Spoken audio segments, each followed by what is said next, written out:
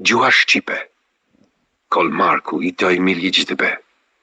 Në zanafiljen e kohës dhe në agun e parë, kur toka ende shkruhej tokë dhe qeli s'kish filluar të ndriçonte, u dëgjua një zë. Jo klithma, as për shpëritje, por një zë që ngjante me kujtesën e vetë Zotit. Dhe ai zë foli shqip. Kur drita s'kish zënë akoma emër, një zë u qel në pafundsi. Ky ishte Tingulli, dhe Tingulli foli shqip. Në përthelësit e kohës, kur gurët s'kishin emër dhe lumejnë të rrithnin të papagzuar, ishte fjala shqipe ajo që I pagëzoi. Ajo nuk ishte veç se një gjuhë. Ishte frymëmarrja e universit, që merrte trajt fjale.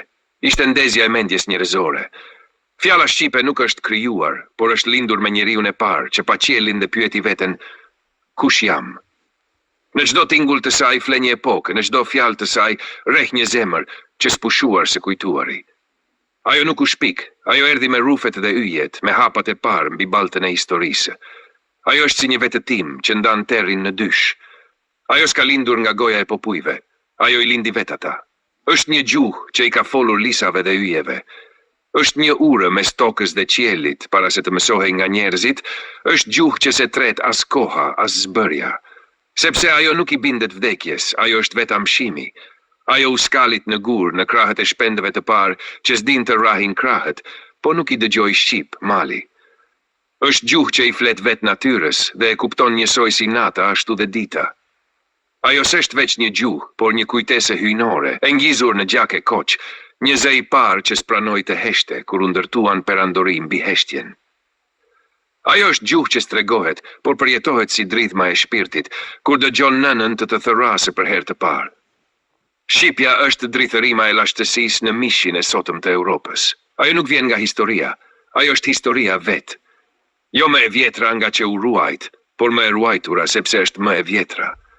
Është dridhma hyjnore e lashtësisë, e ngjizur në gjak, në dhe në erën që përkëdel malet tona. Zëri I saj endet në erën e luleve, në ujin e burimeve, në melodinë e ciqerimës së zogjve, në heshtjen e gurëve që flasin vetëm shqip. Kur gjuha e Perëndisë u fshin nga pllakat e orakujve, shqipja e ruajti në melodinë e këngës, në ritmin e vallës, në vajin e vdekjes, në gurin e pavdeksisë. Ajo u bë vaj nuseje, kushtrim lufte, pëshërëtime fëmije, lutje plaku në fund të jetës. U bë flamur universal kuq e zi, me ngjyrën e shpirtit dhe sakrificën hyjnore të kombit. Është zëri që rri në zemër kur njeriu nuk flet më, është britma që çan qiejt kur të vdekurit kujtohen. Në çdo fjalë shqipe flen një mall, një lis, një rufe, një ninulle lasht që përkund botën. Dhe kur kontinentet lëvizën, ajo mbeti, si shtylla e rufes në mes të stuhisë. Kush e dëgjon, zgjohet. Kush e kupton, dridhet. Sepse shqipja nuk flet, por kujton. Shqipja nuk është gjuhë që përkthehet. Ajo është gjuhë që zbulon. Zbulon të shkuarën e njerëzimit, kujtesën e fjalës së parë, fisin e humbur të dritës. Është më e vjetra, jo se është ruajtur, por se vetë ajo ruan çdo gjë. Shqipja përjetohet, është zëri I fëmijës që thërret nënën, është kujtesa që s'vdes, është hapi I parë I qytetërimit, dhe britma që s'u shua kurrë edhe kur të tjerët heshtën.